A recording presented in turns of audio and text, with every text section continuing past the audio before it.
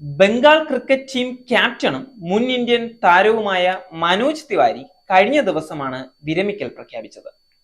ആഭ്യന്തര ക്രിക്കറ്റിൽ നിറഞ്ഞു നിൽക്കാൻ മനോജ് തിവാരിക്ക് സാധിച്ചിരുന്നെങ്കിലും ഇന്ത്യൻ ക്രിക്കറ്റ് ടീമിനൊപ്പം വളരാനായിട്ടില്ല. ആഭ്യന്തര ക്രിക്കറ്റിൽ മികച്ച പ്രകടനം നടത്തിയിട്ടുള്ള താരം IPL-ലും മോശമല്ലാത്ത പ്രകടനം തന്നെ കാഴ്ചവെച്ചിട്ടുണ്ട്. എന്നാൽ ഇന്ത്യൻ ടീമിനൊപ്പം പ്രതീക്ഷിച്ച ഉയർച്ച താരത്തിനുണ്ടായിട്ടില്ല. 38-കാരനായ അദ്ദേഹം 10,195 റൺസാണ് ഫസ്റ്റ് ക്ലാസ് ക്രിക്കറ്റിൽ നേടിയിട്ടുള്ളത്. ലിസ്റ്റ് എ ക്രിക്കറ്റിൽ 5,581 റൺസും അദ്ദേഹം നേടിയിട്ടുണ്ട്. ഇന്ത്യക്കായി 12 ഏകദിനവും 3 T20യുമാണ് മനോജ് തിവാരി കളിച്ചിട്ടുള്ളത്. 2011-ലാണ് മനോജ് തിവാരി ഇന്ത്യക്കായി അവസാനമായി കളിച്ചത്. വെസ്റ്റ് ഇൻഡീസിനെതിരെ 104 റൺസുമായി തിളങ്ങുകയും കളിയിലെ താരമാവുകയും ചെയ്ത ശേഷമാണ് മനോജ് തിവാരി തഴയപ്പെട്ടത്. ഇപ്പോഴിതാ വിരമിച്ചതിന് പിന്നാലെ ധോണിക്കെതിരെ രംഗത്തെത്തിയിരിക്കുകയാണ് മനോജ് തിവാരി. സെഞ്ചുറി നേടിയിട്ടും എന്തുകൊണ്ടാണ് തന്നെ പുറത്താക്കിയതെന്നാണ് മനോജ് ചോദിക്കുന്നത്. 2011-ൽ സെഞ്ചുറി നേടിയിട്ടും എന്തുകൊണ്ടാണ് എന്നെ പ്ലേയിങ് 11-ൽ നിന്ന് ഒഴിവാക്കിയതെന്നാണ് MS ധോണിയോട് ചോദിക്കാനുള്ളത്. രോഹിത് ശർമ്മയും വിരാട് കോഹ്ലിയും ചെയ്തതുപോലെ കാട്ടാൻ പ്രതിഭയുള്ള താരമായിരുന്നു ഞാൻ. എന്നാൽ അവസരം ലഭിച്ചില്ല. പല താരങ്ങൾക്കും നിരവധി അവസരങ്ങൾ ലഭിക്കുന്നത് TV-യിൽ കാണുമ്പോൾ എനിക്ക് സങ്കടം തോന്നാറുണ്ട് എന്നാണ് ഇപ്പോൾ മനോജ് തിവാരി പറയുന്നത്. MS ധോണി നായകനായിരിക്കെയാണ് മനോജ് തിവാരി തഴയപ്പെടുന്നത്. മധ്യനിരയിൽ കളിച്ചിരുന്ന മനോജ് തിവാരി അതിവേഗത്തിൽ റൺസ് ഉയർത്താൻ കഴിവുള്ള താരമായിരുന്നില്ല. ക്ലാസിക് ബാറ്റ്സ്മാൻ എന്നൊക്കെ വിശേഷിപ്പിക്കാവുന്ന ഒരു താരമാണ്.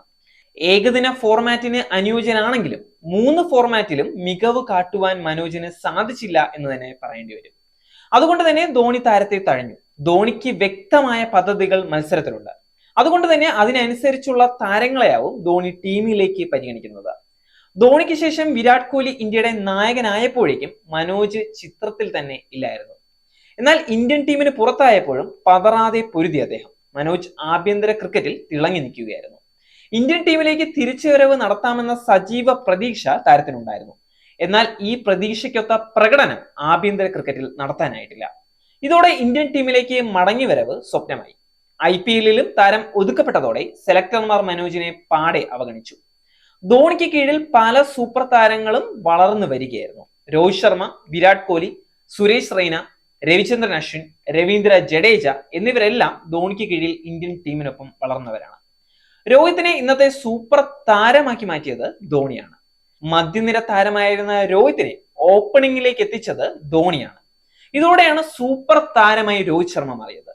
ഇന്ന് ലോക ക്രിക്കറ്റിലെ ഏറ്റവും മികച്ച ഓപ്പണർമാരിൽ ഒരാളാണ് രോഹിത് ശർമ്മ. ഇന്ത്യയുടെ നായകൻ എന്ന നിലയിലേക്കും രോഹിത് ഇപ്പോൾ വളർന്നു.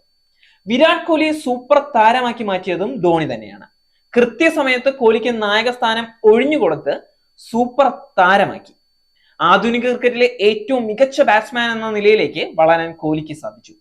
സുരേഷ് റെയ്നയും ധോണി പിന്തുണച്ചിട്ടുണ്ട്. ആധുനിക ക്രിക്കറ്റിലെ ഏറ്റവും മികച്ച സ്പിൻ ഓൾറൗണ്ടർമാരായ അശ്വിനും രവീന്ദ്ര ജഡേജയും ധോണിക്ക് കീഴിലാണ് വളർന്നത്.